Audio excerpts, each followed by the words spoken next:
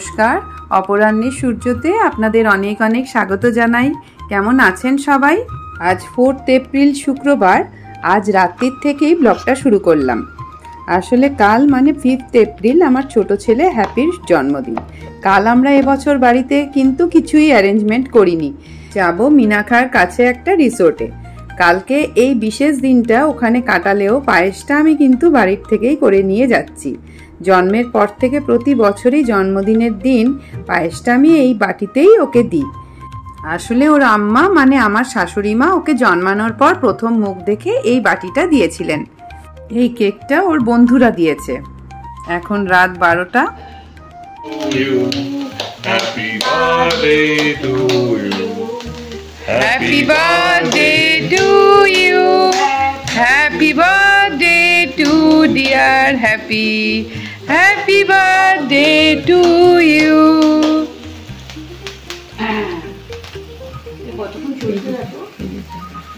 ভালো বলে তো এই সবাইকে খাওয়াবো মা।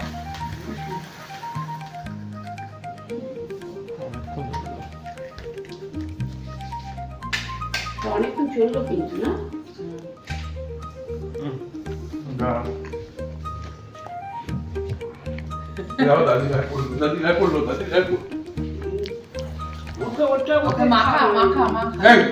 একটু মাখা না না না না একটু কি করছো? Happy birthday, happy birthday, birthday to you. Happy birthday, happy birthday. তিলক দি চন্দনের তিলক এই তো দাদি খুঁজে পাচ্ছে না নাকি? দাদি যদি গায়ে লাগিয়েছো? না না আমি খাও, আমি এরকম অবুদ্ধ।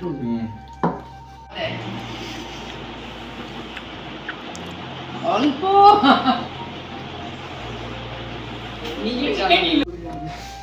আজকে আমার ছোট ছেলে হ্যাপির জন্মদিন। তো প্রতি বছর ও বন্ধুদের সাথে বাইরে আউটিং এ থাকে। এবছরও কোনো প্ল্যান করেনি, তাই আমরা 5 জন মিলে একটু ফ্যামিলি গেট টুগেদার মানে আউটিং এ যাচ্ছি আজ আর কালের জন্য, 2 দিনের জন্য, শনি আর রবি। আর এটা যাচ্ছি হচ্ছে মিনাখায় ফ্রোজেন গার্ডেনে। তোমরা আমাদের সাথে থেকো, আমাদের আনন্দের ভাগিদার হয়ে। কেমন? এখন সকাল 10:30 মতো বাজে, আমরা বেরিয়ে পড়লাম। এত চড়া রোদ, নিউ টাউন হয়ে আমরা যাচ্ছিলাম। জিপিএস অন করে মোটামুটি দেখালো 1 ঘন্টা 45 মিনিট মতো আমাদের যেতে লাগবে। প্যাকেজে ব্রেকফাস্টের লুচি, ছোলার ডাল, আলুর দম, মিষ্টি এসব ছিল। যেতে যেতে পৌঁছতে মনে হয় ব্রেকফাস্টের টাইম আমাদের পার হয়েই যাবে। আমাদের কপালে আজ ব্রেকফাস্ট জুটবে না। আপনাদের দাদা ভাই আমাকে কালকে বলেছিল, মুন আমাদের কিন্তু সকাল 8:30টার মধ্যেই বেরোতে হবে। আমিও ঘাড় নেড়ে হ্যাঁ বলেছিলাম, কিন্তু মনে মনে জানতাম সবাই মিলে বেরোতে 1-1.5 ঘন্টা লেট তো হবেই। যখন বাড়ির থেকে বেরোতে একটু দেরি হলো, তখন ওই একটু দুধ কর্নফ্লেক্স আর শসা টমেটো দিয়ে চটজল দিয়ে একটু স্যান্ডউইচের মতো করে খেয়েই বেরোলাম।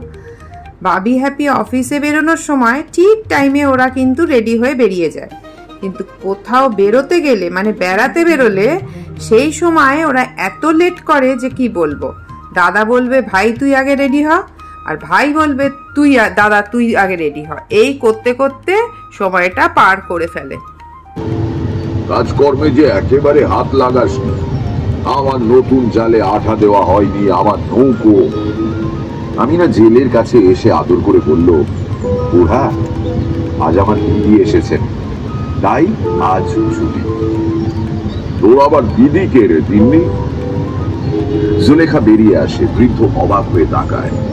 জুলেখার কাছে এসে ভালো করে তাকে দেখে, তারপর বলে, তুই কাজ কাম কিছু জানিস? রক্তবর্ণ ফুলের দল ঝরে ঝরে পড়ছে গাছ থেকে। পাশে বয়ে চলেছে ছোট নদীটি। গাছের তলায় বসে জুলেখা আমিনাকে বলল, ঈশ্বর যে আমাদের 2 বোনকে মৃত্যুর হাত থেকে রক্ষা করেছেন, সে শুধু পিতার হত্যার প্রতিশোধ নেবার জন্য, নইলে আর তো কোনো কারণ খুঁজে পাই না। গপ্পমীরের ঠেক থেকে একটা গল্প শুনতে শুনতে আমরা আমাদের গন্তব্যের দিকে ছুটে চলছিলাম। ইটকাট পাথরের জঙ্গল থেকে বেরিয়ে এই সবুজ গাছগাছালি ঘেরা গ্রামের মনোরম দৃশ্য চোখ আর মনকে খুব ঠান্ডা করছিল। এগুলো সব মাছের ভেরি, এখান থেকেই মনে হয় মাছগুলো কলকাতার বাজারগুলোতে সাপ্লাই হয়। এই যে পৌঁছে গেলাম আমাদের গন্তব্যে, দ্য ফ্রোজেন গার্ডেন ভিলেজ রিসোর্টে। আসতে সময় লাগলো প্রায় 2 ঘন্টা 10 মিনিট মতো। দেখেছেন কি প্রচন্ড রোদ, গাড়ির ভেতর এসি থাকাতে তো বাইরের গরমটা টেরই পাইনি। দরজা খুলে নামতেই গায়ে মনে হলো ফোসকা পড়ে গেল। তবে আমি তো ফুল প্রেমী, তাই নেমেই এই সাদা বোগেনভেলিয়া গাছটা দেখে না মনটা ভরে গেল। আর একটা জিনিস আমাকে খুব আকর্ষণ করেছিল জানেন তো, সেটা কি বলুন তো? সেটা হলো এই ফ্রোজেন রিসোর্ট নামটা। শুনেই কেমন ঠান্ডা ঠান্ডা অনুভব করছিলাম। তবে কিছুক্ষণ পরে একটা জিনিস কিন্তু নোটিস করলাম, গরম থাকলেও কলকাতার মতো গরম কিন্তু এখানে নয়।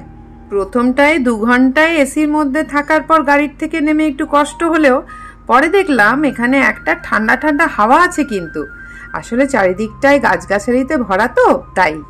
মেন গেটের পাশেই এটা রিসেপশন। এখানে আধার কার্ড দেখিয়ে সাইন করে তারপর রুম অ্যালটমেন্ট হলো। এখানে রুমের ট্যারিফ কি বা রিসোর্টের ডিটেলস সম্বন্ধে আমি যতটুকু জানতে পেরেছি আপনাদের পরের ব্লগে জানাবো। আজকের ব্লগটা তো হ্যাপির বার্থডে স্পেশাল ব্লগ, তাই জন্মদিনের স্পেশাল মুহূর্তগুলোই এখানে বিশেষ করে রাখলাম। রুমের ব্যালকনি থেকে এই ভিউটা কি সুন্দর না? এখন প্রায় 1টা মতো বাজে, আমাদের মিড ব্রেকফাস্ট দিয়ে গেল, ফিঙ্গার চিপস আর ফিশ ফিঙ্গার। আমাদের খেতে খেতে একটু দেরিই হয়ে গেল। প্রতি বছর জন্মদিন তো বাড়িতেই পালন করা হয়। ও যা যা খেতে ভালোবাসে সব করে দিই। এখানে তো সবই রেডিমেড, তবে ও যা যা খেতে ভালোবাসে সবই কিন্তু এখানে মেনুতে ছিল। ছিল দেরাদুন চালের ভাত, ঝুরঝুরে আলু ভাজা, স্যালাড, আলু পোস্ত, সর্ষে পাবদা, গলদা চিংড়ির মালাইকারি, মাটন কষা, আমের চাটনি, পাঁপড়, রসগোল্লা। যেটা বাদ পড়লো তা হলো 4 রকম ভাজা আর মিষ্টি দইটা। তো কি আর করা যাবে, বাড়ির মতো তো সব পাওয়া যাবে না। তবে বার্থডে বয় কিন্তু খুব খুশি। প্রতি বছরই তো বাড়িতে হয়, এ বছরটা একটু চেঞ্জ হলো।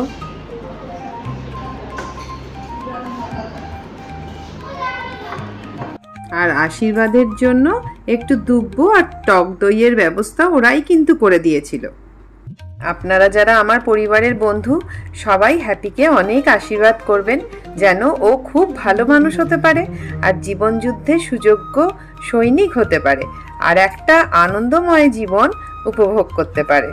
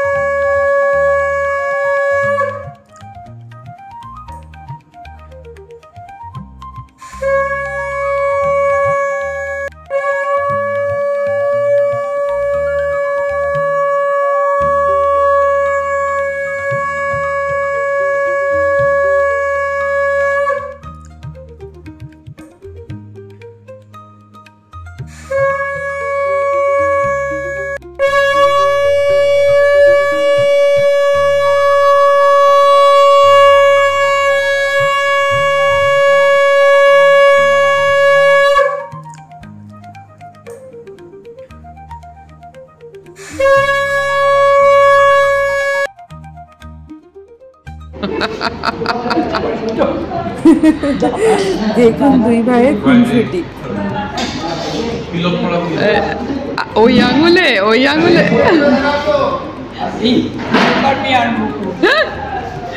ওই আঙুলে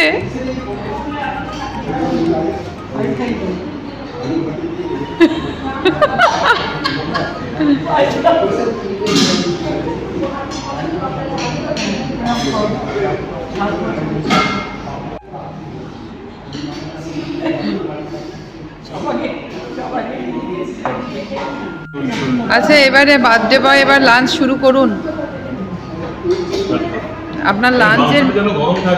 আপনার লাঞ্চের মেনু পছন্দ হয়েছে? হ্যাঁ, কোনটা বেশি পছন্দ?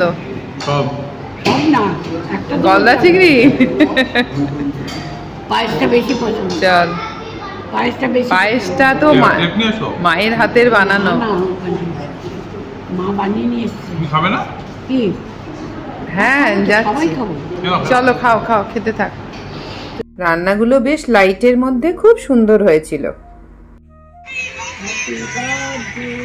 লাইটটা ইয়ে কর, মোমবাতি রে। Happy birthday to you. Happy birthday to you. Happy birthday.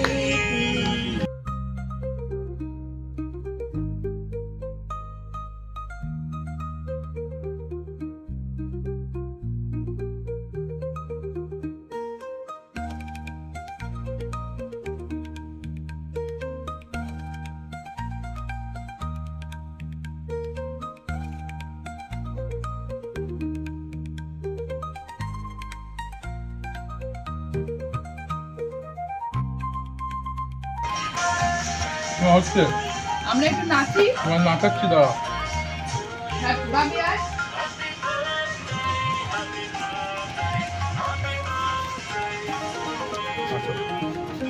আমি কিছু করিনি,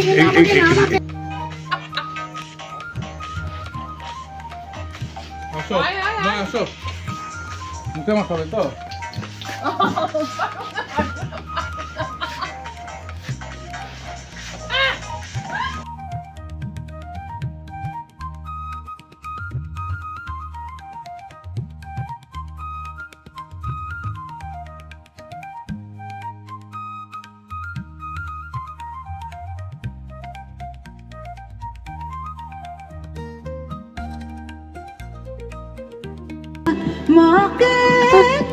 বাবিটা খুব ভালো করছে। বাবি দারুণ পোজ করছে, দেখো।